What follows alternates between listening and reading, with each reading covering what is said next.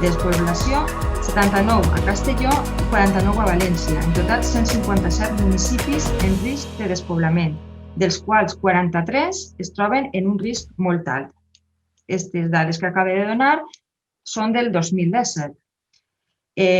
Les aportacions que realitzen les 5 universitats en aquesta matèria i en el marc de la càtedra Avant són diverses, però vull destacar les aportacions científiques sobre les quals estem treballant i que ja estan donant els seus fruits en revistes de gran impacte, també les contribucions relacionades amb la formació i, finalment, aquelles activitats i estudis que es duen a terme acostant-nos al territori i analitzant la problemàtica de la despoblació treballant colze a colze amb els agents locals. Fins al moment hem sigut capaços de construir xarxes ja consolidades entre els agents locals, universitats, administracions públiques, a més dels grups de treball i associacions com l'Associació Espanyola de Ciència Regional i les seues seus territorials, en concret la valenciana.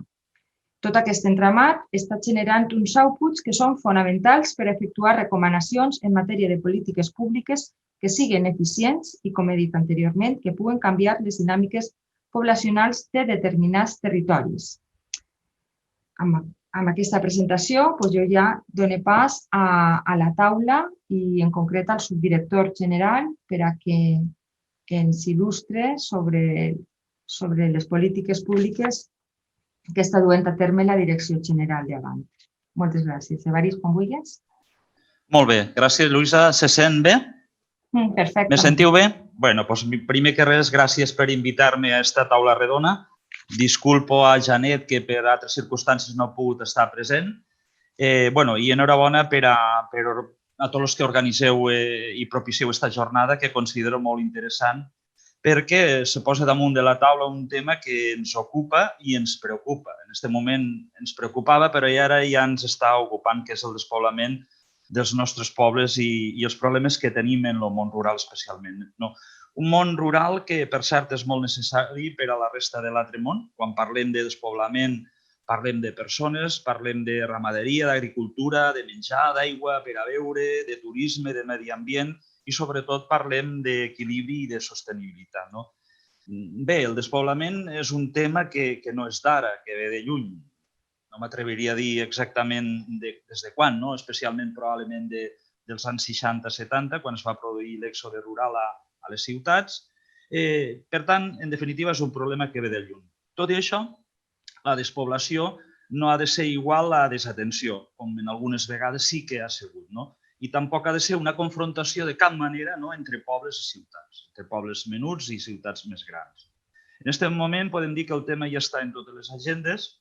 És un problema del que se parla molt, en aquest moment a tota hora, jo diria, i la pròpia Generalitat Valenciana, a l'agost concretament de l'any passat, va crear aquesta Direcció General de l'Agenda Valenciana Antidespoblament on estem nosaltres. L'actual govern central també ha creat un nou ministeri, concretament per a la transició ecològica i el repto demogràfic, i tenim la secretària general, concretament, que és la Elena Cebrián, que és de València. Per tant, és un tema que té molt de ressò i del que tots tenim consciència. S'ha creat una expectativa molt gran i ho hem de tindre present i fiquem tots la màxima voluntat per a solucionar-ho. Serà fàcil? No, la resposta és que no. Serà molt difícil revertir algunes situacions molt concretes, però ho hem d'intentar i entre tots ho estem intentant. Els governs, l'administració i també hem d'implicar a la societat civil. Hem de fer del món rural atractiu per a les persones, hem de parlar en positiu sempre. Algunes vegades s'ha parlat en negatiu, s'han donat imatges que no són bones i encara que la decisió final sempre serà de cada persona, vulgui vindre als territoris depèn sempre d'una decisió personal, des de les administracions hem de posar en marxa tots els mecanismes per a frenar i revertir aquesta situació. Quin escenari tenim de partida? L'escenari actual no és bo. A la província de Castelló, per posar un exemple, el 80% de les persones vivim al 20% del territori. I a la inversa, el 96% dels municipis de la província de Castelló hi ha més defuncions que naixements en aquest moment. Als 18 pobles de menys de 100 habitants al 2018 van morir més persones que van néixer. Van morir 25 persones i en van néixer 2. i el 30% dels municipis de la província de Castelló no hi ha cap naixement. Per tant, les dades no són bones. Com heu dit, a la Comunitat Valenciana, dels 154 pobles catalogats que estan dins de la nostra agenda avant, concretament 79 es troben a la província de Castelló, que és el lloc on ne tenim més, 52 a la província de València i 23 a la d'Alacant. Les dades no acompanyen i la realitat tampoc, però hem de ser positius i buscar solucions entre tots i passar a l'acció perquè es parla que hi ha molta retòrica, algunes vegades i pocs fets reals i efectius. Pensem que aquesta situació a partir d'ara l'estem canviant i l'estem intentant canviar entre tots. Quines actuacions portem a terme des de la nostra Direcció General de l'Agenda Antidespoblament? Primer que res, una acció. Voldria dir que el tema del despoblament és molt transversal. En principi, intentem coordinar totes les conselleries de la Generalitat Valenciana. Se va crear una comissió interdepartamental, una comissió que està viva, que és dinàmica, de coordinació i de seguiment d'accions de tot el Consell. Una altra acció que hem portat a terme és el Fons de Cooperació Municipal per a la lluita contra el despoblament. La Generalitat Valenciana ja fa 3 anys que hem posat a disposició dels municipis en risc de despoblament un fons de 3 milions d'euros. Aquest any, concretament, per a l'exercici 2021, intentarem que sigui de 4. I es tracta d'una ajuda de caràcter finalista i és una subvenció incondicional que els ajuntaments podran o destinen a aquelles qüestions que ells decideixen. Una segona actuació que hem fet també que és important és el Pla Estratègic Valencià Antidespoblació, que es diu PLEVAN. Felicito aquí a totes les universitats que esteu molt implicats en aquest tema. Us agraïs que en nom nostre l'esforç i la implicació que esteu posant per a portar en marxa este PLEVAN a través de les universitats públiques de la nostra Comunitat Valenciana. S'està elaborant un estudi que està molt avançat ja en línies a seguir per a lograr els objectius del repte demogràfic a la nostra Comunitat Valenciana. En aquest moment està en una fase d'acció participativa, pràcticament lo teniu elaborat i la veritat és que nosaltres tenim moltes expectatives del resultat d'aquest PLEVAN. El Pla contra l'exclusió financera també és una aposta important nostra, un pla contra l'exclusió financera en municipis també en risc de despoblament, que es troba enmarcat dins de l'agenda nostra i consisteix en la instal·lació de caixers automàtics als municipis que tenen l'exclusió financera derivada de que les entitats bancàries han deixat d'operar majoritàriament en tot l'interior del nostre territori. Tenim un pressupost de 7,4 milions per als diversos anys i en aquest moment, donat la crisi del Covid, ens ha retrasat un poc tota aquesta implantació que, encara que tinguem algunes dificultats, l'objectiu nostre continua sent el mateix. La càtedra Avant també és una aposta important que té com a finalitat desenvolupar activitats d'investigació i de difusió sobre futures estratègies en matèria de despoblament. Per això se pretén dissenyar i implementar en la col·laboració també del Consell de la Generalitat i hi ha mesures contra el despoblament que siguin capaces de ser transferides amb facilitat i eficàcia a la societat valenciana per tal de garantir el seu benestar. El conveni en la Federació Valenciana de Municipis i Províncies, a través del qual s'ha firmat recentment, s'ha creat l'Oficina Valenciana contra el Despoblament. Se tracta també d'un projecte que engloba diverses accions, entre les quals està la dotació de personal tècnic, els ADL per al nostre territori, que el que pretenen és posar en marxa diferents activitats que els propis municipis, si no és en l'ajuda tècnica i en l'ajuda humana d'aquestes persones, no seria possible. També un altre dels elements que han posat també, que és important també, és un conveni en l'Institut Valencià de Finances. L'Institut Valencià de Finances sempre ha sigut sensible al repte demogràfic i concretament en l'any que estem, el 2020, han sortit unes ajudes de crèdit bonificades al 0% per a aquelles empreses i autònoms que estiguen ubicats en municipis del territori avant. Punts nets avant, també és una aposta nostra, la més recent, diria, que es tracta de realitzar una red de serveis per a autocaravanes, que en denominem punts nets avant, en l'interior de la nostra comunitat valenciana. L'autocaravana en aquest moment és un vehicle vivenda que està en aquesta situació probablement emergent, no? I que li volem donar una ubicació als nostres municipis sense ser competència de càmpings, etc., fent les coses de la millor manera possible. La Ruta 99 també és una aposta que tenim ja a punt de presentar. És un itinerari que ens aproxima a la realitat dels municipis de la Comunitat Valenciana en una població de més de 100 habitants. Parlem de 24 municipis i li diem Ruta 99, que són aquests 24 municipis que tenen menys de 100 habitants. L'objectiu és donar a conèixer les peculiaritats d'aquests municipis i impulsar l'arribada de visitants que vulguin gaudir de tota la riquesa que ofereixen aquests territoris. Sempre en positiu, donant una imatge positiva del que és els pobles d'interior. I una web avant, que estem treballant en la creació d'una pàgina web, en la que es visualitzen tot tipus de serveis que oferim o s'ofereixen des dels municipis en risc de despoblació, on apareixeran reflectides les instal·lacions de què consta, el parc de vivendes, l'oferta de sòl industrial, negocis a traspassar, etc. Se tractaria de fer una espècie de bossa. I, finalment, dues coses, dos temes que són importants i que ja també s'han fet en base a les nostres propostes de discriminació positiva per als municipis d'interior.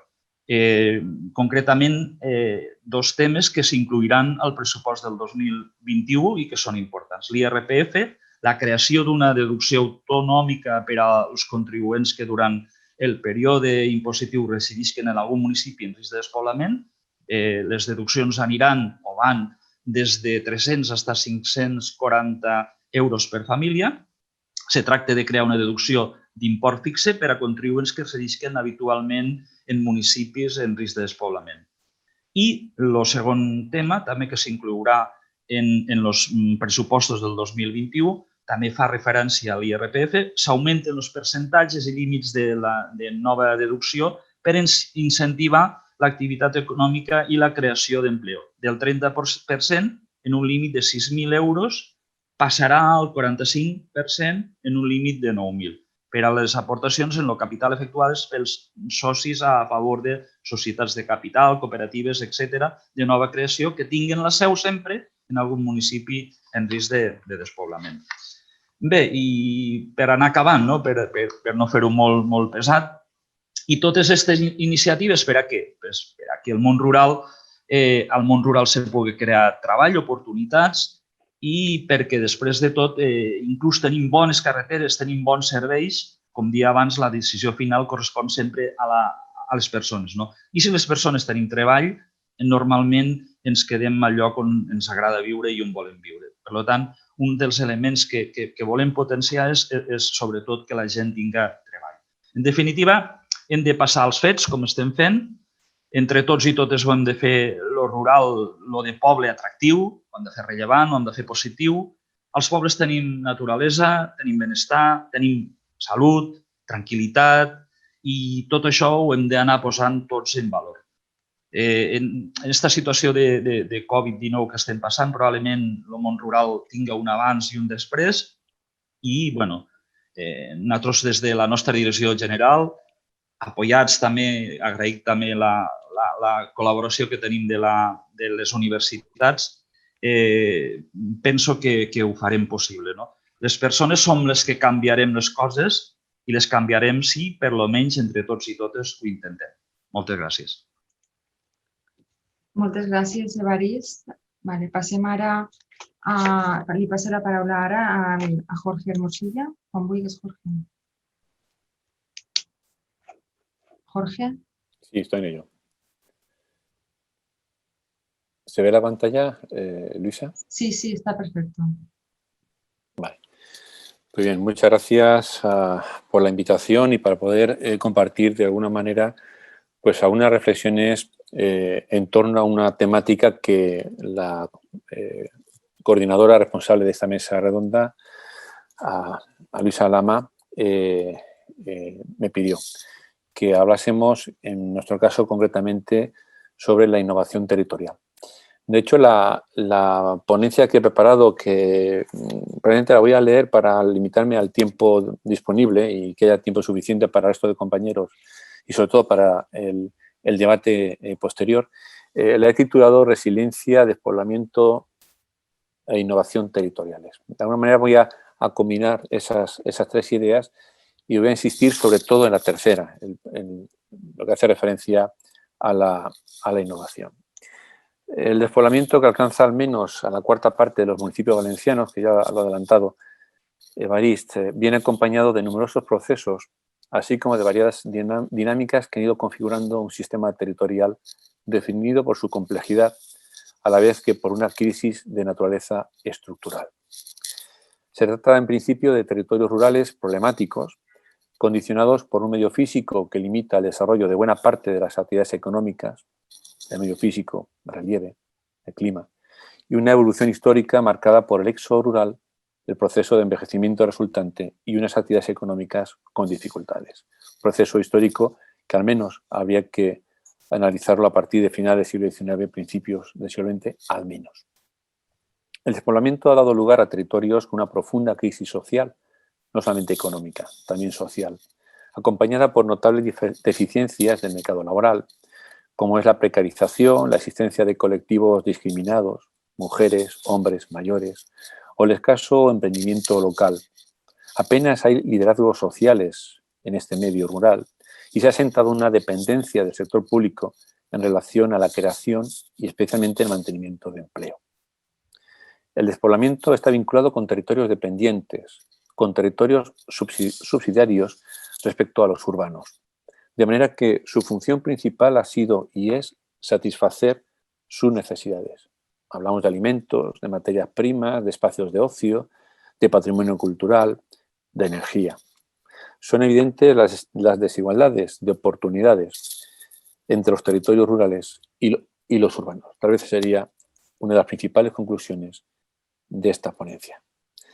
En el actual escenario de crisis económica y social de los territorios en proceso de despoblación, adquiere especial relevancia la capacidad de respuesta eficaz que caracteriza a algunos de esos territorios para contrarrestar las pérdidas demográficas, el éxodo rural y desarrollar oportunidades de desarrollo territorial. Nos referimos a la resiliencia territorial, es decir, a la capacidad permanente de un territorio para desarrollar nuevos recursos y nuevas posibilidades, combinación de una serie de propiedades como la resistencia, la recuperación, la adaptación y la innovación, o la innovación. Nos referimos a capacidades singulares de determinados territorios. La resiliencia territorial depende de un amplio abanico de factores y circunstancias. En ocasiones permiten configurar espacios geográficos capaces de adaptarse a esos cambios, facilitando respuestas a cuestiones como quiénes lideran, de qué manera se toman las decisiones, con qué medios se cuenta o qué finalidades se persiguen. La resiliencia territorial depende de la disponibilidad de recursos, que pueden ser muy variados. Recursos naturales, humanos, patrimonio cultural, paisajísticos, equipamientos, infraestructuras, recursos económicos, recursos institucionales, incluso su localización, el lugar que ocupa cada territorio. Unos recursos que precisan de unos conocimientos y capacidades para ser puestos en valor, es decir, precisan de una formación técnica y profesional. Del mismo modo, la resiliencia depende de la configuración y los niveles de consolidación de las redes entre empresarios, de las organizaciones institucionales asentadas en el territorio, por ejemplo las mancomunidades, y del asociacionismo social en sus diferentes modalidades. Pienso en la dimensión cultural, festiva, reivindicativa. Se trata de redes muy arraigadas en los procesos económicos y sociales de sus respectivos territorios. Y finalmente, depende esa resiliencia de los progresos en materia de innovación que adoptan tanto las empresas, por ejemplo, modalidades de organización o en la producción, comercialización, internacionalización, como la propia sociedad local. Innovación económica, innovación social. Hay sociedades más innovadoras que otras, condicionadas por dinámicas sociales aprendidas durante décadas. Un primer análisis de la distribución de los procesos de innovación territorial en la Comunidad Valenciana, en el País Valenciano, refleja unas notables diferencias entre comarcas e incluso entre municipios de las mismas comarcas.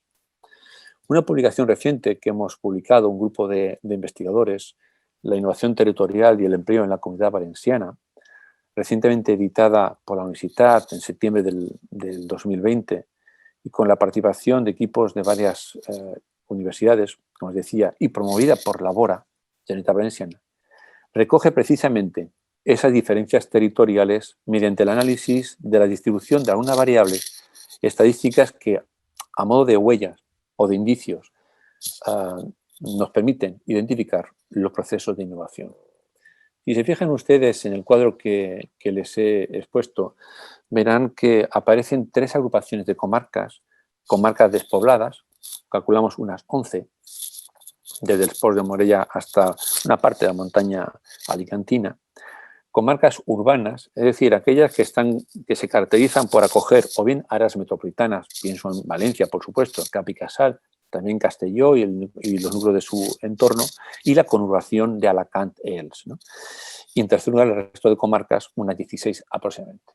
11 comarcas en proceso de despoblación, 6 comarcas estrictamente urbanas, 16 comarcas donde aparece pues, una cierta diversificación económica, social. Hemos utilizado además una serie de variables, de huellas, de indicios, como antes les comentaba, solicitudes de patente en los últimos 10 años, concesiones de patentes y marcas en el último año, solicitud de diseños industriales en los últimos 10 años o las ayudas del IBACE en los últimos 5 años. Todo ello en distribución porcentual para ese grupo de comarcas y finalmente unos valores medios simplemente como indicador. La perspectiva económico-empresarial nos permite observar, mediante estas variables estadísticas que les comentaba, unas diferencias territoriales evidentes, condicionadas por el sistema urbano valenciano, por la distribución de las empresas o el desarrollo de las economías de aglomeración resultantes. No descubrimos nada, la verdad.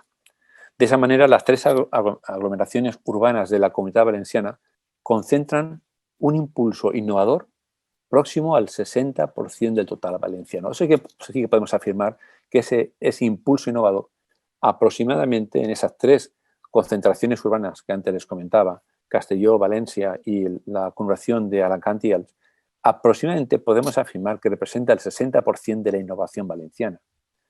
Mientras que las comarcas caracterizadas por su ruralidad y procesos de despoblación, las 11 agrupadas en la primera columna, ni siquiera alcanzan el 2% de lo que llamamos el esfuerzo innovador valenciano en los últimos años. 60% menos del 2%. El mapa que tienen ustedes a continuación recoge esas diferencias. Hemos utilizado una de las variables, una de tantas, que es muy significativa. Hemos recogido el porcentaje de número de ayudas del IBACE para los últimos 4 o 5 años a nivel municipal. Llama la atención su concentración en los 3 espacios urbanos que les adelantaba, que les comentaba, el eje litoral y el eje que discurre por el interior entre Valencia, comarcas centrales, estoy pensando en la Val d'Albaida, con Tata, Alcoyà, Foia, Castalla, hasta enlazar con Alicante. Este sistema urbano difuso de parte de la provincia de Alicante y que se aprecia con esa difusión de la innovación, y finalmente un eje hacia el interior desde Valencia, siguiendo la antigua la autovía hacia Madrid, recogiendo pues, municipios como Cheste, Chiva, Puñol o Requena. ¿Y el resto? Pues el resto del vacío. El color gris tienen ustedes municipios donde no aparecen ayudas concedidas durante ese periodo. Un indicio más, una huella más. No obstante, la identificación y la caracterización de territorios innovadores no solo debe atender a la dimensión económico-empresarial que, como antes les comentaba, en ese mapa o en la tabla estadística. Debemos tener presente algunos rasgos más o menos complementarios a los estrictamente económicos, adscritos más a una perspectiva geográfica integral. Tal vez el concepto de perspectiva geográfica integral tal vez se refiera más a la disciplina a la que pertenezco, pero en cualquier caso, en esa visión global, integral de nuestro territorio. De esa manera se podrá reconocer y determinar las diferentes realidades territoriales en materia de innovación para el conjunto del territorio valenciano. Y nos referimos, al menos en nuestra modesta opinión, a 10 procesos, a 10 realidades territoriales que están relacionadas directamente con la innovación. Es decir, en otras palabras, en el medio rural, como intentaré demostrar con estas afirmaciones, existen unos procesos muy interesantes relacionados con la innovación. En primer lugar, la existencia de un escenario social que facilita la movilización de actores en beneficio del desarrollo local, con la suficiente capacidad para incorporar novedades, innovaciones, que mejoren la calidad de vida de los ciudadanos. No todos los territorios tienen esa condición, pero algunos sí. Son sociedades locales predispuestas a la innovación. En segundo lugar, la adaptación eficaz a una demanda formativa en el territorio, consecuencia del balance formativo continuo permanente. Nos referimos a la enseñanza arreglada, a la formación continua, el reciclaje de empresarios y de trabajadores, etc. Es decir, procesos de mejora del capital humano, de los recursos humanos. Y en ese sentido es clave, por ejemplo, para unos territorios, el savoir-faire, el saber hacer. Es decir, un guiño a la importancia del conocimiento tradicional. Eso también es innovación. En tercer lugar, el impulso de sinergias como consecuencia de la implantación y el desarrollo de redes locales que facilitan o realizan proyectos comunes, tanto económicos como sociales. Me refiero a proyectos culturales, proyectos medioambientales. Y en ese sentido, entendemos que la concertación suele ser una fórmula habitual para emprender proyectos innovadores en los territorios rurales. En cuarto lugar, la implantación de mecanismos que facilitan la gobernanza en determinados territorios. No en todos, pero en algunos sí, mediante el protagonismo adquirido por instituciones públicas locales, me refiero a los ayuntamientos y algunas mancomunidades, regionales, algunas diputaciones y el gobierno autónomo, así como la participación de la sociedad civil en los procesos tanto de información como de decisión. Evidentemente, en este proceso de innovación, donde insistimos en la importancia de la gobernanza, tiene mucho que ver los canales de participación que desde la autoridad, desde la administración pública local, se facilitan y se garantizan. En quinto lugar, la introducción y el establecimiento de nuevas tecnologías de la información. Nos referimos a la automatización, la conectividad digital, la digitalización, que permiten una mejor gestión de los servicios y del aprovechamiento de los recursos territoriales. Las posibilidades de crear territorios inteligentes, también en medios rurales, mejoran la gobernanza, la gestión medioambiental, los servicios sanitarios y protección civil, el transporte público y, cómo no, nuevas fórmulas de trabajo, el teletrabajo, que facilita compaginar el modo de vida deseado, digamos el rural, con actividades profesionales de alta cualificación. Eso también es innovación. En sexto lugar, la reivindicación de la territorialidad. La territorialidad como un factor de innovación territorial.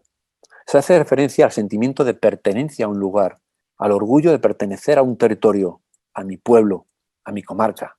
De ahí el significado adquirido por los paisajes culturales y por el modo de vida ligados a esos paisajes, a esos territorios. El territorio recupera un valor, un activo que puede facilitar movimientos de cohesión social y atraer procesos de desarrollo local ligados, por ejemplo, a una imagen de calidad de producto. De ahí el significado que adquieren las marcas territoriales. Un ejemplo lo tendremos en la ponencia de Marga Burgarolas a continuación, cuando nos hable de las denominaciones de origen. En séptimo lugar, la revalorización del espacio geográfico como factor de localización de nuevas actividades. La localización, el lugar, así como la disponibilidad de suelo ante las nuevas demandas de usos, constituyen oportunidades de desarrollo territorial. No tenemos ninguna duda. Se plantea la necesidad de gestionar fórmulas que permitan acoger empresas y actividades y al mismo tiempo se garantice el respeto al medio ambiente y un desarrollo local sostenible. Pensemos, por ejemplo, en esa dinámica que en los últimos tiempos se ha adquirido o se está adquiriendo o se está adaptando o implantando en el territorio del interior relacionado con energías renovables. En octavo lugar, el valor que adquieren el paisaje y el patrimonio cultural. Son atractivos muy interesantes para el desarrollo de actividades futuras. Son una oportunidad. Por ejemplo, como recurso turístico, el patrimonio cultural reúne unos valores muy cautivadores, dada su variedad, abundancia, especificidad y potencialidad. Tengan ustedes en cuenta, por ejemplo, que solamente en BICs, bienes de interés cultural, en el País Valenciano, disponemos de alrededor de 1.800. Y buena parte de esos BIC no están en el sistema urbano valenciano, sino precisamente en zonas del interior. Las diversas unidades paisajísticas que se identifican en los espacios valencianos son contenedores de numerosos activos patrimoniales, tanto naturales como culturales.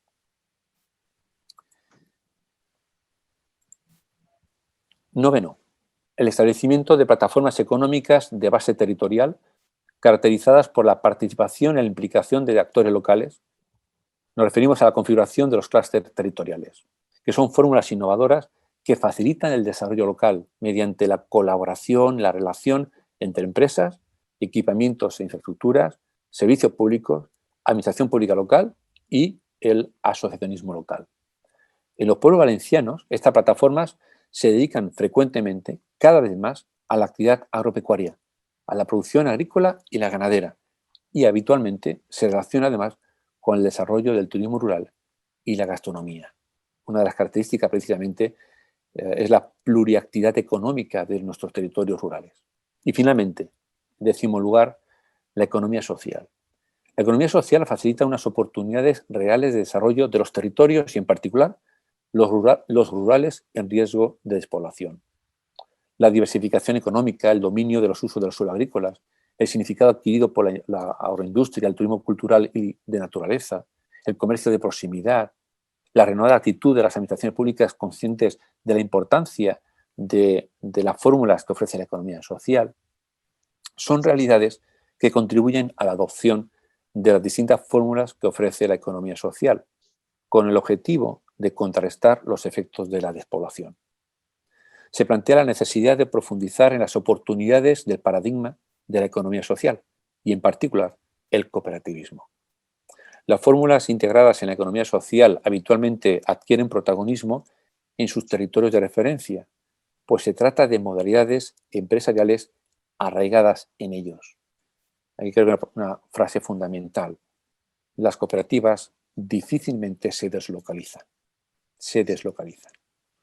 Finalmente, como conclusión a mi breve intervención, la innovación territorial no es exclusiva de territorios urbanos, para nada. El sistema rural valenciano se ha caracterizado por desarrollar en sus territorios de referencia diversos procesos innovadores a lo largo de décadas, tanto económicos como sociales, que difícilmente permanecen reflejados en los estudios y análisis basados en variables estadísticas tradicionales. En ese sentido, y acabo, los estudios que permiten un conocimiento más detallado de la realidad socioeconómica de esos territorios y de su resiliencia son imprescindibles para diseñar y acometer estrategias que combatan el despoblamiento. Nada más. Muchas gracias. Gracias, Jorge. Muy interesante. Seguro que después algunos comentarios surgirán sobre esta presentación. Bueno, yo la verdad es que siguiendo el orden le tocaba a Vicente, pero yo creo que si nos importa vamos a que intervenga primero Marga, porque como me ha comentado que tenía que a las 2, no creo que se alargue más allá de las 2, esa es la idea, pero bueno, si nos importa cambiamos el orden y que intervenga ahora Marga. ¿Vale, Vicente? De acuerdo, pues nada, cuando quieras, Marga.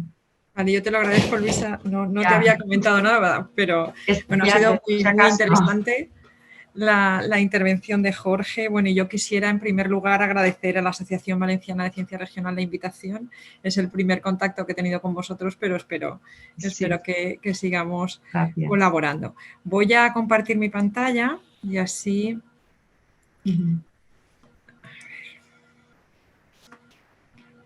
Voy a poner mi presentación. Perfecto. Dale a la presentación. Sí, voy a ello. Voy a subir. Aquí, desde el principio. ¿Vale? Bueno, yo voy a hablar de herramientas para dinamizar el territorio. El título de la ponencia era Denominaciones de origen y agricultura ecológica, y al fin y al cabo son actividades que tienen lugar en el entorno agroalimentario. Muchos de los que nos dedicamos al sector agroalimentario hemos visto que en estos tiempos, hasta ahora el sector agroalimentario era como la hermana más fea de los sectores, pero en estos tiempos de pandemia hemos visto la importancia estructural que desde hace muchos años estamos reivindicando. El peso en el valor añadido bruto y en el empleo pues hacen que la actividad haya visto disminuir su importancia a lo largo del tiempo. Aquí, por ejemplo, en la Comunidad Valenciana la renta agraria ha disminuido de forma considerable, y esto es indicativo de dos cosas: o se ha abandonado, hay menos gente que se dedica a ello, pero también puede ser menos rentable. Esa actividad agraria, que está muy ligada a los territorios agroalimentarios, sabéis que ocasiona, el abandono de su actividad ocasiona enormes problemas en todos los ámbitos, en ámbitos sociales, el envejecimiento, la masculinización, en fin, muchos en los medioambientales.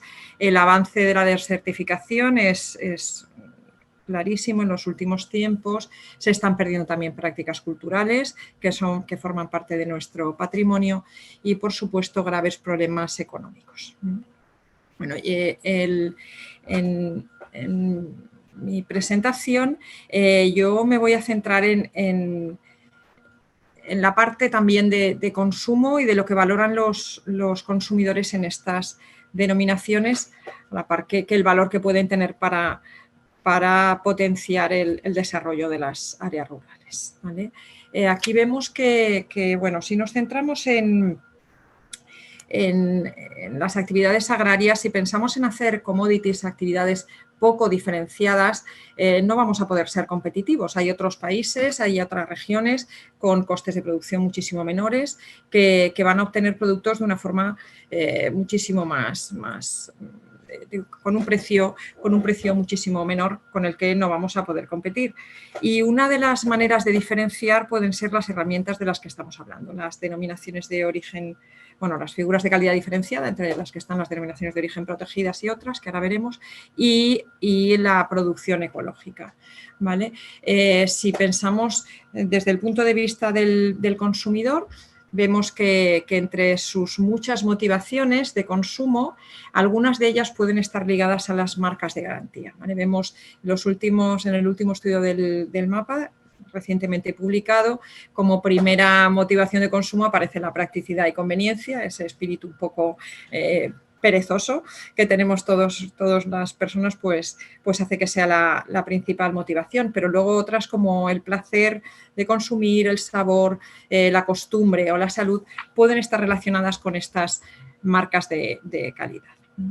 Bueno, la propuesta de herramientas sostenibles es variada, y por una parte tenemos las marcas de garantía, y por otra parte tenemos los indicadores de producción ecológica, ¿vale?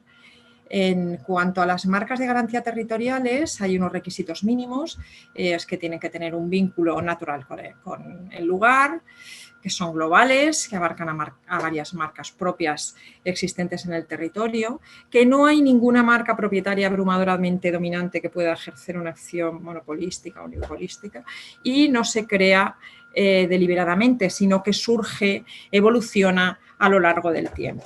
Hay diferentes marcas de garantía territoriales, por ejemplo, tenemos las marcas de destino turístico, otras marcas de garantía, pero también tenemos las figuras de calidad diferenciada, que tienen su origen en la política de protección y promoción de productos alimenticios de la Unión Europea y están reguladas por el Reglamento de la Unión Europea 1151 de 2012 del Parlamento y del Consejo de noviembre de 2012. ¿Vale?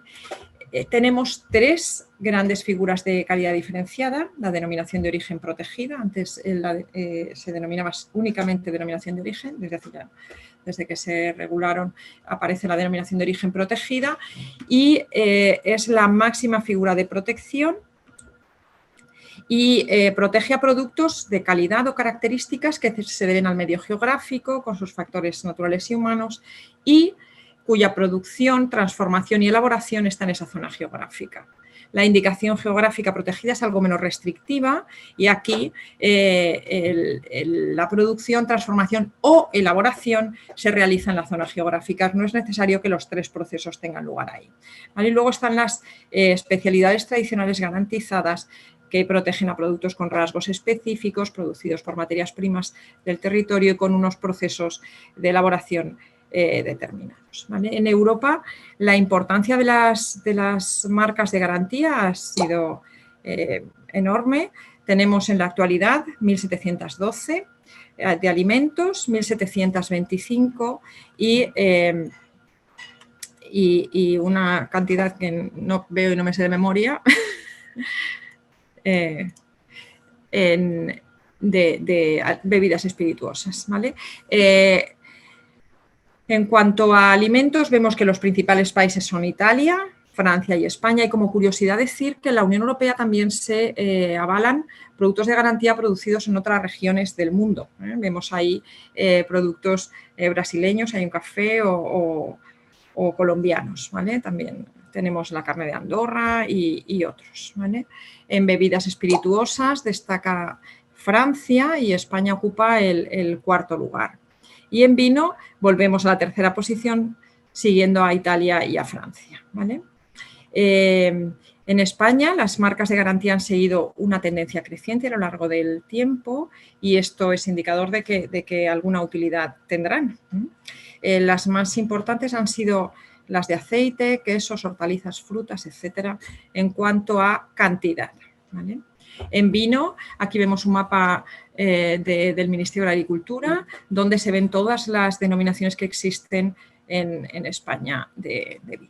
¿Vale? Destacando en denominaciones de origen Castilla-La Mancha, que es el viñedo de Europa, de todos conocido, pero bueno, en Andalucía hay muchísimas IGPs que en ocasiones se utilizan como un paso previo para poder acceder a la denominación.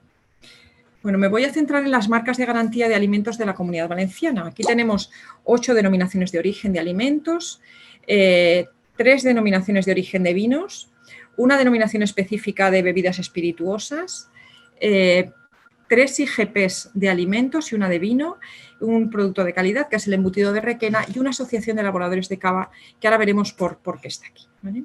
¿Por qué son útiles? ¿Qué podemos conseguir con estas figuras de calidad? ¿Vale? Bueno, con estas figuras de calidad las figuras de calidad actúan como instrumentos de protección y diferenciación. Protegen frente a otros y aquí he puesto algunos ejemplos que habéis visto seguro en la prensa durante mucho tiempo. ¿Vale? Bueno, pues Gijona, por ejemplo, ha sido protegida la denominación y su sello, su marca ha protegido frente a imitaciones de productos franceses y también en algunos casos productos que se estaban haciendo en Sudamérica con esta denominación, que es única del territorio amparado por ella.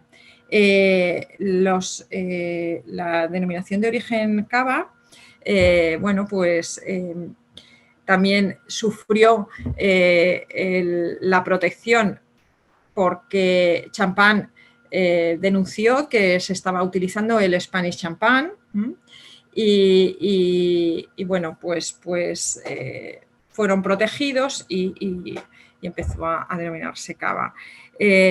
Nuestros elaboradores en Requena, sabéis que el cava se produce en los territorios amparados, que están casi todos en Cataluña, pero también algunos en Extremadura y en Requena. En Requena tuvieron un largo litigio para poder entrar en esa denominación, están amparados, ¿vale? Pero están asociados porque, bueno, tienen en ocasiones problemas con los otros productores situados en Cataluña, ¿vale? Las figuras de calidad diferenciada también fomentan la diversificación agrícola. Podemos tener productos diferentes, diferenciados, con características propias del lugar, no solo variedades utilizadas, sino métodos de elaboración y demás. Aquí tenemos los 4 ejemplos de los vinos de Alicante. Me estoy apoyando en cada una de las utilidades de las figuras en algunas denominaciones, pero no quiere decir que sean las únicas que cumplan estos factores. En este caso, también decir que las figuras de calidad son elementos de garantía e información para los consumidores. En esta transparencia no he puesto ninguna denominación, pero sí he querido destacar unos resultados que acabamos de obtener en un estudio que hemos realizado en las primeras semanas del confinamiento con motivo de la pandemia. En estudios anteriores, bueno, en este periodo de tiempo ocurrieron unas compras de pánico, pudo haber una pequeña crisis de confianza en cuanto al suministro, aunque luego el sector se mostró perfectamente preparado y no tuvimos un problema sanitario, tenemos un problema sanitario, pero no tuvimos un problema de suministro alimentario, sino solo sanitario. Las dos cosas juntas hubieran sido ya horrorosas. Bueno, preguntamos a los consumidores sobre la valoración de los atributos y la marca vimos que había perdido valor frente a lo que pudieran haber determinado antes otros autores, pensando que era un atributo de confianza. En general, casi todos los atributos perdieron valor. Con la presión, los consumidores estuvieron dispuestos a comprar productos sustitutivos, pero, sin embargo, las denominaciones de origen y las certificaciones ecológicas estuvieron más reforzadas que la marca. Por lo tanto, son elementos que el consumidor considera de garantía y bien posicionados, ¿vale? Las figuras de calidad también son modelos de producción sostenible. Algunos, por ejemplo, el arroz de Valencia se cultiva en un área protegida y contribuye al mantenimiento de ese entorno. La chufa en la huerta de Valencia o el aceite en la Comunidad Valenciana, que esta denominación y la mejor calidad y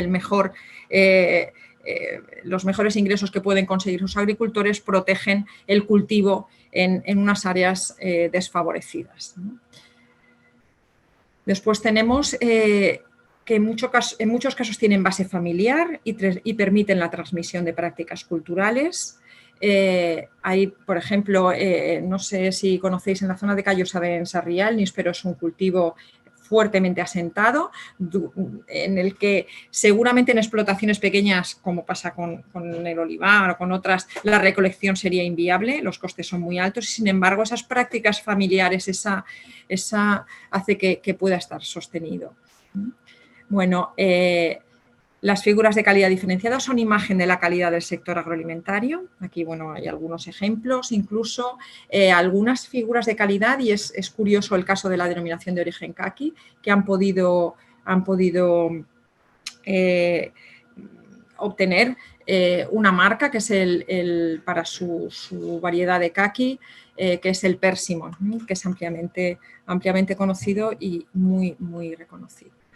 Contribuyen también a la actividad turística de sus territorios. Aquí vemos, por ejemplo, algunas son ejemplos, pero hay muchísimos, la ruta del vino en diferentes lugares, actividades como ferias o catas asociadas a la actividad agroalimentaria. Por supuesto, algunas también tienen problemas, muchas tienen problemas. Yo, por ejemplo, la uva embolsada del Vinalopó se enfrenta a un mercado en donde las uvas apirenas las sin pepitas están consiguiendo unas cuotas de mercado muy amplias, sin embargo ellos no tienen permitidas esas variedades y es difícil que lo puedan llegar a conseguir. pese a que sus uvas son de una calidad muy buena. Las bebidas espirituosas, que son poco conocidas, había un compañero que me decía, bueno, tienen un problema y es que se les mueren los consumidores, es decir, su público objetivo inicial es gente mayor y bueno, tienen que conseguir revitalizar esa imagen y no sé. Y después tenemos los cítricos valencianos que están regulados por una IGP, pero sin embargo yo creo que deberían tener sobre todo en el tema de la naranja, unos indicadores de calidad muy potentes que permitieran diferenciar mejores calidades de nuestro origen y poder garantizar lo que algunos decían, el sabor, ¿no? Por otra parte, la producción ecológica, y voy a intentar ser más breve, bueno, sabéis todos cuál es su objetivo, que es preservar el medio ambiente, mantener la fertilidad, etcétera, y vemos que en la Comunidad Valenciana es muy importante. Tenemos unas cifras muy destacadas respecto al total nacional. Incluso hemos alcanzado el valor en superficie, que era el objetivo de la Unión Europea y que en España todavía no se ha conseguido. El valor que se obtiene es bastante alto y el gasto cada vez en estos productos es mayor. ¿Qué puede dar de beneficio esa agricultura ecológica? Pues obvio, los beneficios medioambientales, menor contaminación, etcétera, mejorar las rentas, favorecer el emprendimiento y el acceso a los mercados locales. Aquí quería comentar lo que ha destacado el profesor Hermosilla sobre las redes locales. En este caso, estas figuras también les pasan las denominaciones, pero en el tema de los productos ecológicos ya están por lo menos integrados en un fichero común, de forma que además entre ellos es fácil que se relacionen y hay redes. Incluso hay iniciativas para comercializar en común y utilizar la digitalización. Hace poco presentamos un proyecto de creación de una bioplataforma para vender en entorno local y en época de confinamiento y pandemia, donde muchos pudieron sufrir, ha podido ser una buena herramienta para ellos. Por supuesto, es un elemento de diferenciación y también es un elemento de garantía para los consumidores. Como conclusión, decir que son herramientas útiles, pero precisan de coordinación y colaboración. Tienen que tener en cuenta que tienen que trabajar en común. Y por mi parte ya he terminado. Muchísimas gracias. Muchas gracias, Marga, a ti. Bueno, como vamos así un poquito justitos de tiempo, Vicente, cuando quieras ya empezamos con la última comunicación, la última ponencia.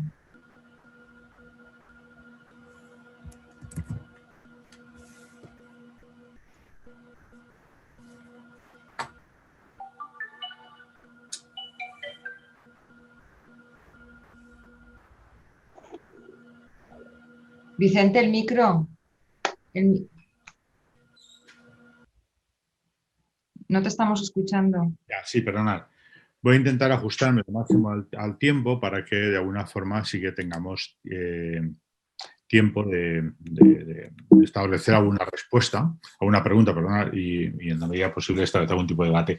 Bueno, en primer lugar, evidentemente, dar las gracias a ANECSE, a la Asociación Española de Ciencia Regional y, por supuesto, a la Dirección General por el apoyo que nos da a las cátedras, que es digamos, en el puesto en el que yo estoy aquí, ¿no?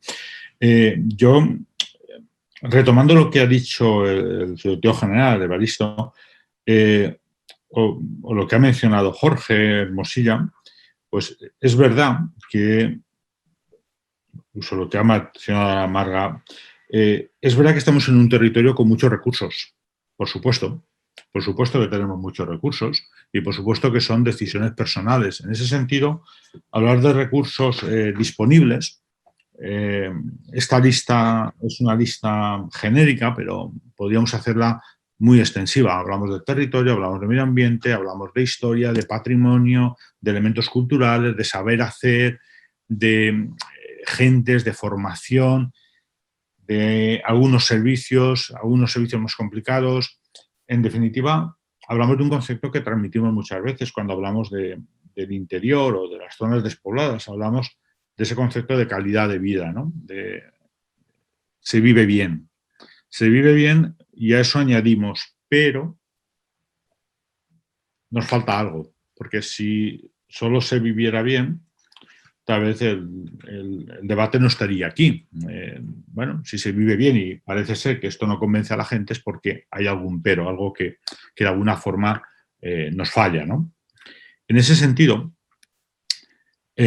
nos planteamos qué recursos, qué es lo que nos falta, ¿no? Y yo creo que uno de los problemas a los que nos transmiten bastantes problemas, pero nos permiten problemas del tipo de qué voy a vivir, ¿no? ¿Cuáles son los medios de vida? ¿Cuáles son los recursos para el empleo? Claro, ¿tenemos recursos en el interior? Sí, tenemos recursos, pero si nos ponemos a mirar algo tan simple como cuál es la población activa, pues nos encontramos con una población activa claramente limitada en número, con pocos jóvenes y con pocas mujeres, donde para muchos el recurso en esa pequeña, muy pequeña microempresa, para muchos es ser autónomos. Autónomos como medio de vida, desde el punto de vista laboral. Y además, con un problema que estamos observando desde siempre, pero que es un problema que se nos hace más acuciante cada día, la dificultad del relevo generacional, que eso tiene que ver con las profesiones y tiene que ver mucho con el concepto de transmisión de negocios. Ese problema que nos ocasiona el cierre de algunas actividades en estos municipios en riesgo de despoblación, algunas de las actividades que para el municipio son cruciales, son centrales. Tenemos algunos problemas formativos. Tenemos una formación que evidentemente está, podríamos decir, ajustada al mercado laboral. Es decir, las ofertas de empleo no tienen problemas de encontrar personas formadas, salvo en algunos tipos de oficios. Pero el problema es que escasea el concepto de formación continua. Tenemos problemas con los centros de FP. Tenemos problemas que además vienen derivados de lo que he dicho en la primera línea. Es decir, tenemos problemas derivados, cuando hablamos de formación, del número de personas. Los sistemas formativos, las especialidades de FP o los propios cursos que pueda poner en marcha el Servicio Valenciano de Empleo y otras entidades se enfrentan a un problema muy habitual en estas zonas. Falta gente para cubrir las plazas mínimas para que el curso sea viable o sea, entre comillas, autorizado. Por no hablar de los problemas de aulas homologadas, que la escasez de aulas homologadas o de servicios homologados en municipios de interior para impartir cursos de capacitación profesional o de certificación profesional de distintos niveles. Claro, es verdad que esto, todo lo que tiene que ver con el empleo, conviene verlo siempre en un plano comarcal, en un plano supramunicipal. Pero también es cierto que no siempre con ese plano supramunicipal llegamos. Y es verdad que cuando hablamos de empleo, inevitablemente hablamos de turismo. Nos decía, se vive muy bien, hay mucha calidad de vida, hay un bien ambiente fantástico, el oxígeno es súper puro, pero eso es el turismo y esa pasa a ser muchas veces como el elemento central, ¿no?, de la estrategia. Pero hay otros nichos de mercado. Claro, hablamos de gestionar energía solar, energía eólica, hablamos de agricultura ecológica, hablamos de especialidad en determinadas producciones, pero cuidado, para esto también hace falta una, población, dos, formación. Y a veces ahí nos chocamos con un muro. Una población y un empleo donde el empleo y la actividad a tiempo parcial o la dedicación a otras actividades a tiempo parcial es demasiado habitual y entra dentro de la tradición muchas veces vinculada con la agricultura de estos territorios, pero es verdad que eso denota una cierta debilidad de parte del sistema productivo y esto es algo que tiene una repercusión inmediata en empleo y en la calidad del empleo. Hablamos de infraestructuras. Es cierto, y como bien ha dicho el subdirector general, las carreteras se han mejorado mucho. Bueno, mucho está muy bien. Como siempre, yo creo que siempre hay que insistir. calidad de las carreteras, mantenimiento de las carreteras. Tal vez la calidad ha mejorado mucho, la red ha mejorado mucho, pero requieren siempre un mantenimiento. Igual que yo creo que ya se puede afirmar que la fibra óptica se ha conseguido un amplio grado de cobertura, llega ya a casi todos los municipios, todavía no a todos, hay que conseguir que llegue a todos, igual que debe llegar a todos coberturas de telefonía móvil en condiciones adecuadas. Y un problema que nos plantean desde muchos municipios, problemas de potencia eléctrica disponible. Una red eléctrica que se muestra un tanto deficiente en esos territorios de interior. Y eso condiciona o puede condicionar la instalación de industrias, no porque sea inviable o sea imposible, porque a veces los mecanismos, los plazos de respuesta son lentos. En ese sentido, lo estamos observando con la existencia de suelo disponible. Los planes generales de ordenación urbana deben estar adaptados a la realidad rural y se requiere un tipo de tramitación rápida, una tramitación express. Esto es así porque nos estamos encontrando con un hecho que activar el recurso suelo es demasiado lento en el ámbito rural. Es verdad, es igual de lento en un ámbito de concentración urbana en la costa valenciana, pero en el ámbito rural necesitamos que ese suelo disponible se active con mucha más rapidez, porque los ayuntamientos, la administración local, tienen mucha menos capacidad para hacer frente a esa readaptación de los planes de ordenación urbana. Y también lo hemos visto, tenemos un problema de vivienda. Apenas lo hemos mencionado, pero tenemos un problema de vivienda. No tenemos vivienda disponible en alquiler en el interior valenciano. Existe vivienda de segunda residencia, existe vivienda, evidentemente, a las personas que residen allí, pero tenemos un problema para ampliar el mercado de la vivienda. No existe apenas mercado de vivienda, no existe precio, no existe alquiler de vivienda y nos estamos encontrando que la vivienda se está transformando en un recurso que hace de cuello de botella. Es decir, no hay disponibilidad de vivienda. Si no hay vivienda, no puede atraerse a nuevos trabajadores o a nuevos pobladores en estos territorios. Más servicios, por supuesto, servicios públicos para la producción, esas ideas de ventanilla única, apoyo de la Generalitat, diputaciones, etcétera. Una administración local, que es, como también se ha dicho por parte de la Dirección General ABAN, es una administración local que se ha dotado con refuerzos en el último año, pero todavía esos refuerzos deben llegar a muchos más municipios. Hace muy difícil para algunos de estos municipios afrontar proyectos de financiación o de concurso de ayudas públicas, tanto nacionales, pero sobre todo internacionales de la Unión Europea, puesto que su administración local es débil en cuanto a número de personas y en cuanto a tipología de estos profesionales. Por supuesto, necesitamos recursos en el sentido de servicios profesionales. Es más que conocido nuestro problema de opacidad financiera que existe en todo ese territorio gris, la ausencia cada vez mayor de entidades financieras en el territorio, servicios de mantenimiento y servicios técnicos o problemas derivados de la propia logística de la actividad productiva que pueda desarrollarse en estos municipios. Y un poco para acabar, porque como he dicho quería acabar muy rápido, medios para la vida. Porque al final, si vuelvo a lo que ha planteado el subdirector general, residir en un municipio, decidirse por quedar, o como ha planteado el profesor Hermosilla, la resiliencia, la decisión de seguir estando, es una decisión personal. Por lo tanto, además del empleo, de esos medios de sustento, además de esas infraestructuras productivas, además de todos esos recursos, tenemos que garantizarnos unos recursos que entendemos básicos, unos servicios que entendemos básicos para vivir, para poder residir. Servicios sanitarios. Los recursos deben garantizarnos servicios sanitarios básicos, permanentes. Permanentes en el sentido, voy a decir la palabra sensato del término, servicios sanitarios básicos, que tengamos servicios de urgencia o ambulatorios o medicina familiar con una frecuencia que podamos aceptar como válida. Estaríamos hablando de visitas médicas diarias y un servicio de urgencia disponible con suficiente rapidez.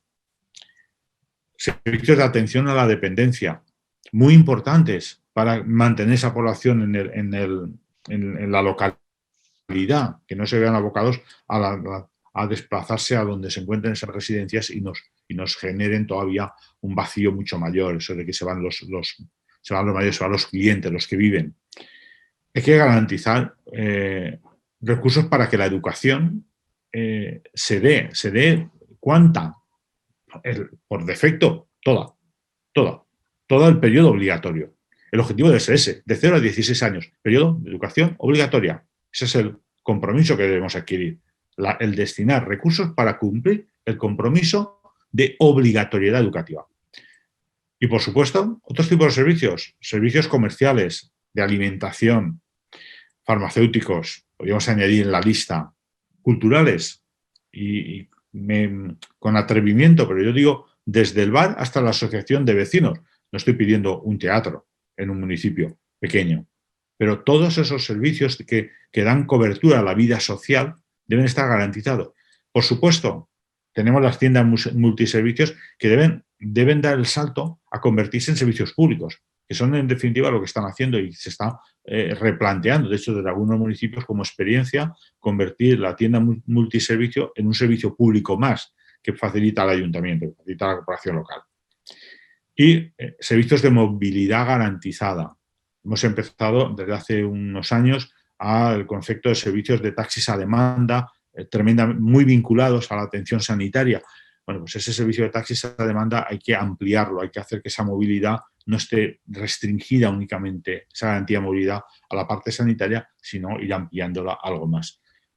En definitiva, la idea que planteo es qué recursos necesitamos para que todo eso que tenemos, todo eso que nos da amparo, que nos da sentido a que se pueda seguir adelante en esta batalla o en esta acción política, desarrollo territorial para hacer frente al despoblamiento, que todo este entramado de elementos son necesarios para precisamente hacer eso, hacer que la despoblación pueda tener un aspecto de solución, ¿no? Un aspecto de solución, porque al final es una opción de vida, pero esto tiene que ser mucho más que una opción de vida. Una opción de vida se manifiesta como una decisión casi cueste lo que cueste. No, hay que conseguir que sea una opción de vida sensata, realista y razonable. Y no sea a toda costa, sino una opción más entre las muchas que podemos adoptar cualquier residente de la Comunidad Valenciana. Tener una opción de vida y, ¿por qué no?, en uno de estos municipios del interior valenciano.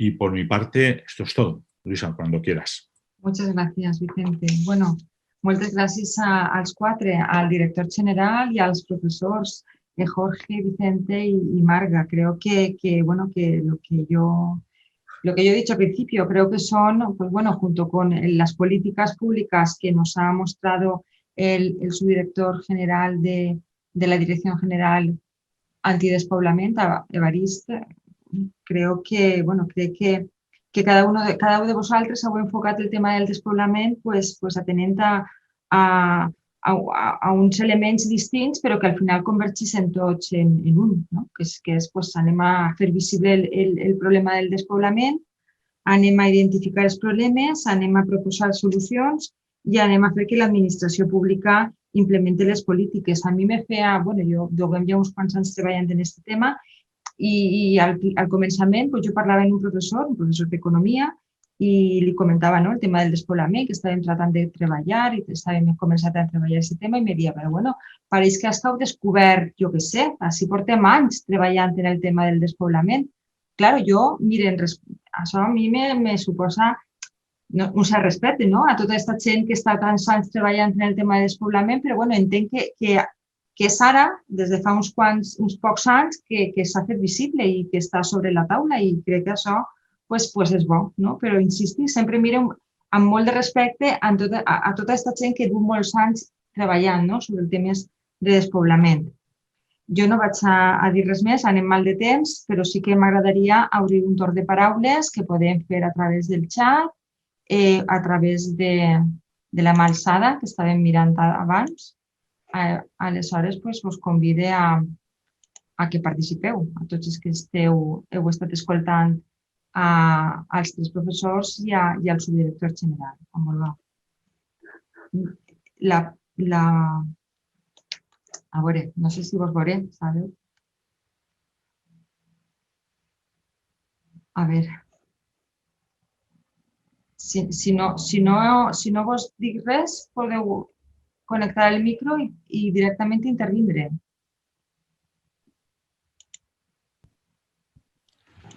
Sí. ¿Puedo hablar? Chema, claro, es que no veo la mano levantada, pero por eso te digo que cuando quieras. Hola, soy José María García de la Universidad Politécnica de Valencia y bueno, quiero primeramente felicitar por la mesa redonda. Yo creo que el lugar destacado en este workshop pues ya significa que es un tema que tanto las universidades como por supuesto la Dirección General, la Generalitat, le están dando una prioridad, la prioridad que se merece. Y un poco quería simplemente compartir una preocupación, es que, bueno, está claro que la gente, trabajar por la gente de ese territorio es la prioridad, es una cuestión de derechos y en ese sentido, por supuesto es lo urgente, ¿no? Lo que hay que atender en primer lugar. Ahora, hay una cuestión que a mí me preocupa y es que la sociedad valenciana en su conjunto se vea implicada en los valores y la contribución de estos territorios a lo que sería el bienestar de toda la sociedad valenciana. Y, por tanto, valorar las políticas, por supuesto, en primer lugar, por su contribución a los derechos de las personas que viven en ese territorio, pero también,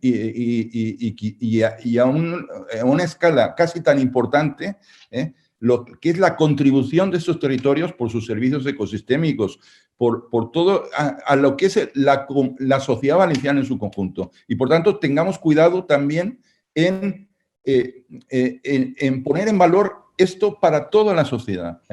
Y no solo la cuestión de derechos. No sé si me explico, porque al final necesitamos aliados. Cuantos más aliados, mejor. Y los aliados también vienen de las zonas urbanas. Y eso es un poco la cuestión que quería yo compartir. Ese es un debate académico, yo sé que es una pregunta académica, pero, en fin, que quería compartirla en este debate. Muchas gracias. Gracias, Chema. Sí, podéis intervenir cuando lo consideréis. A ver, no tengo más. Vale. Vale, bueno, pues si no, yo simplemente destacar, ¿no? Simplemente no quiero extenderme porque es que sé que es un tema muy, muy complejo y lo habéis comentado los 3, ¿no? El tema de la formación. Creo que es muy importante la formación.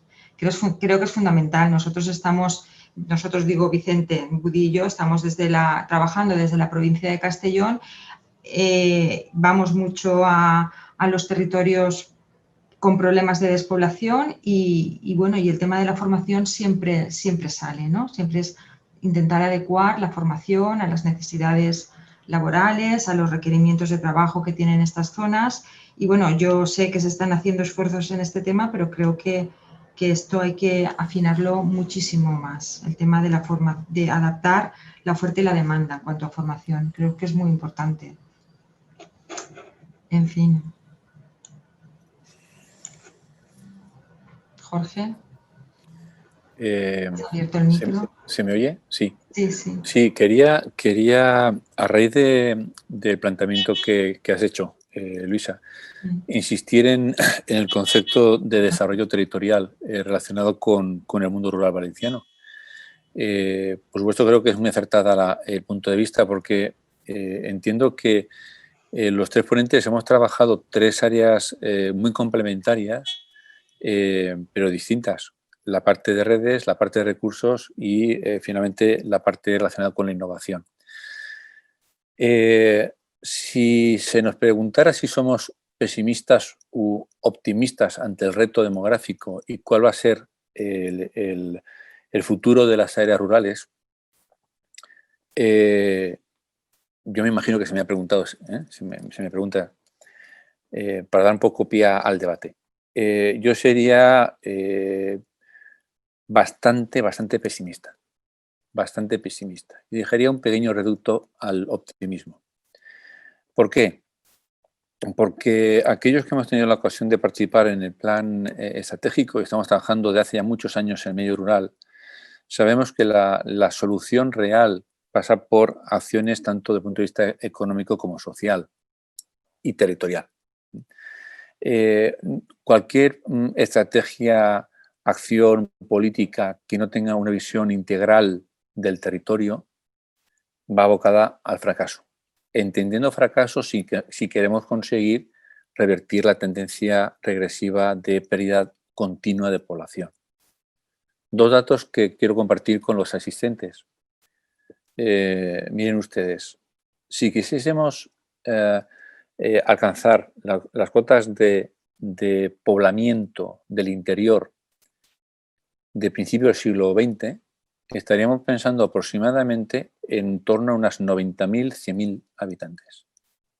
Es decir, si queremos simplemente en términos demográficos, si quisiésemos estar en la situación de los años 10, 20 del siglo XX, del siglo pasado, deberíamos de buscar donde hay unos 90.000 habitantes.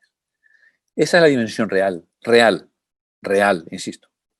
Otro dato que me gustaría compartir y en relación con esta reflexión, ¿realmente el mundo del interior está capacitado, habilitado, y comparto con mi buen colega y amigo Vicente Budí el tema de la vivienda?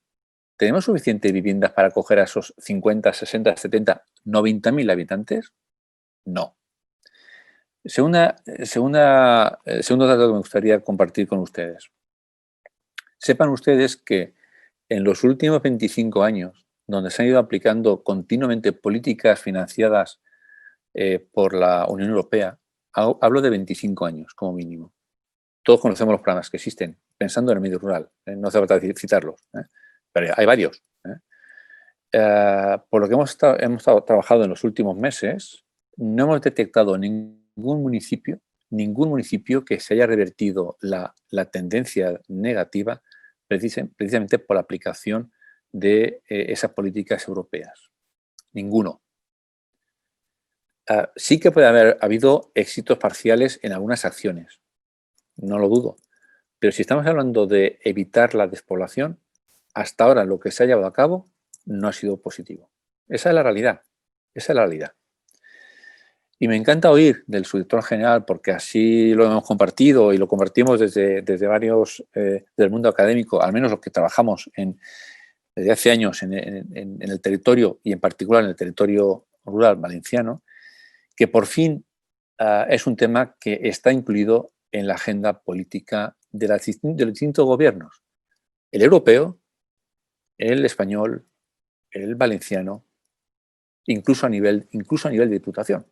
Incluso hay áreas que se llaman desarrollo rural, en contra de la despoblación. Es decir, está en la agenda.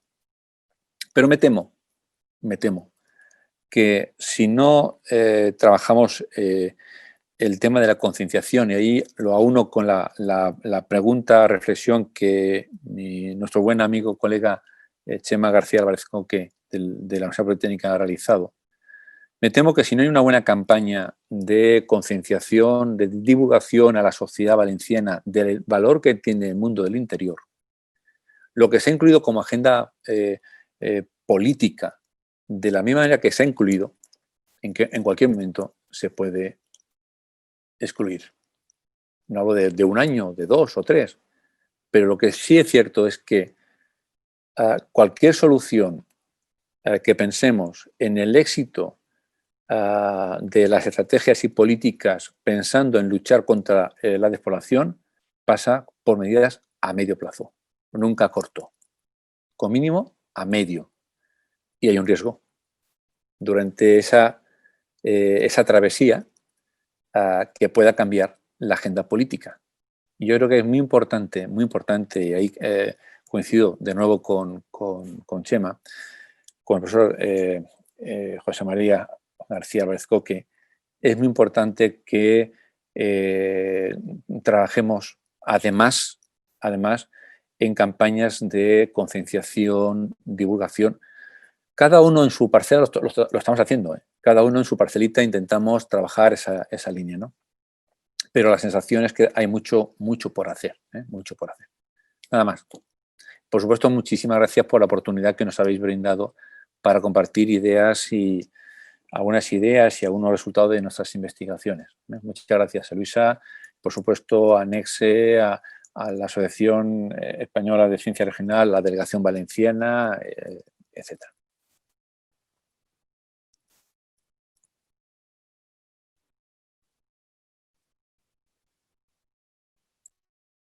Micro, Luisa. Perdón. No, estaba diciendo que muchas gracias, Jorge, a vosotros por participar y por no sé, la verdad es que ahora nos has dejado con un poco así de mal sabor de boca, ¿no? Pero bueno, yo también comparto todo Luisa, lo que hay que ser realistas. Hay que ser realistas. Hay que ser realistas, pero muy bien. Ya, sí, pero bueno, para eso estamos trabajando. Pero positivos, ¿no? positivos, Jorge. Sí. Claro, Por supuesto. Ya lo sois. Pero igual me he expresado mal. Lo que quiero decir es que no soy optimista. Es decir, muy poquito, porque es tal el reto que hay, es tal el reto, la dimensión de combatir la despoblación en el País Valenciano, es tal el reto que yo creo que debemos ser conscientes del volumen y la dimensión que tiene esta problemática. Eso es lo importante. Mirad, un dato, porque además es muy importante tenerlo en cuenta. Si a una encuesta que se le hace a 2.000 jóvenes valencianos que viven en el interior, se les pregunta si con un empleo se quedan en el pueblo y el 60% dice que se va, eso sí que lo tenemos, nuestros políticos lo tienen duro, muy duro. Pero aquellos que trabajamos desde hace años en investigación en el interior, también, porque de alguna manera nos queda, pues lo que decías tú, Luisa, más sabor de boca, pero es cierto, es que el problema es estructural, está muy arraigado y hay que combatirlo de distintas maneras. Y ya me callo porque... Y por dar una visión un poco positiva, ¿no creéis que con la pandemia ha cambiado un poco la percepción y que podíamos aprovechar ese cambio para asentar ese pensamiento? Nosotros sí, en algún municipio sí que lo estamos percibiendo este tema. Hace un momento hemos tenido una reunión con el Ministerio, estaban las comunidades autónomas, y desde Madrid, de la comunidad autónoma, nos han comentado que de Madrid se va mucha gente a vivir a los municipios, pero una cantidad enorme. Ahora, eso es coyuntural, es interesado, este es el tema. Pero bueno, nada. Un saludo para todos. De todas formas, si me dejáis un segundito, por esto que mismo acaba de decir Evaristo Martí, el secretario general, que pasa en Madrid. Al final... La lucha es múltiple, medios económicos, por supuesto, pero medios culturales, ganas de vivir y de hacer ese esfuerzo.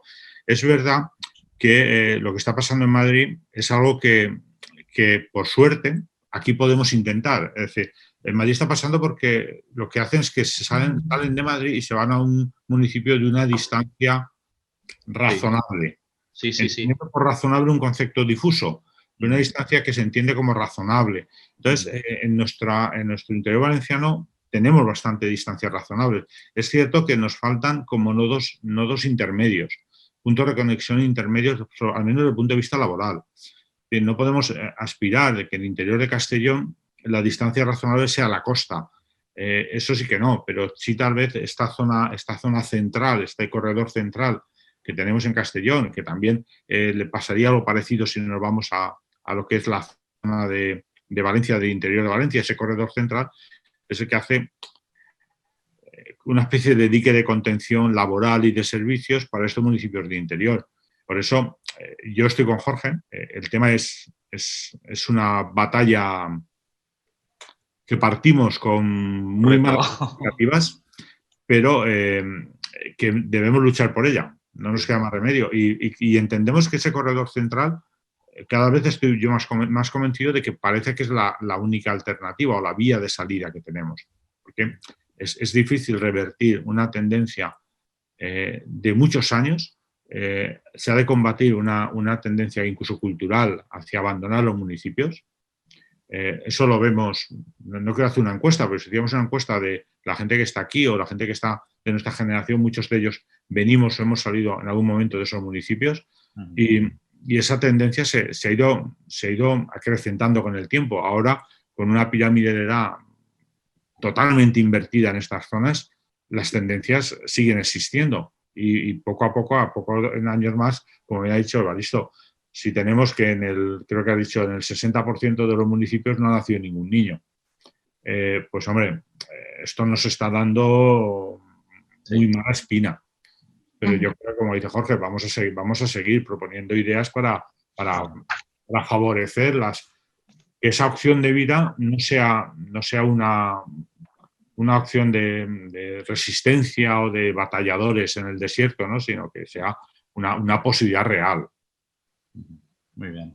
Y bueno, y además lo que propone Chema también, José María, en el chat, ¿no? Que además es un tema territorial, porque no es lo mismo manejar la despoblación en Valencia que en Aragón, ¿no? Lo estoy leyendo, o en otros territorios donde la dimensión es mayor. También. Bueno, pues nada, yo sí vamos mal de tiempo y bueno, estoy leyendo el chat. Vamos a dejarlo. Agradeceros otra vez a todos la participación y el debate que hemos realizado. Insistir otra vez en agradecer a Nexia, al Econlab, la posibilidad que nos ha ofrecido, ¿no? de celebrar esta primera actividad, ¿no? de la Asociación Valenciana de Ciencia Regional. Y bueno, yo espero seguir colaborando con Nexe desde la Asociación Valenciana de Ciencia Regional y bueno, y seguir haciendo cosas con ellos, porque bueno, si la economía valenciana, pues si se hace algo sobre economía valenciana, lógicamente tendrá que estar la Asociación Valenciana de Ciencia Regional. Bueno, pues nada, por lo demás, muchas gracias y hasta la próxima. Bueno, muchas gracias a todos. Un abrazo para todos. Vale, Carista, adeu. Hasta luego. Cuidaros y mucha salud para todos.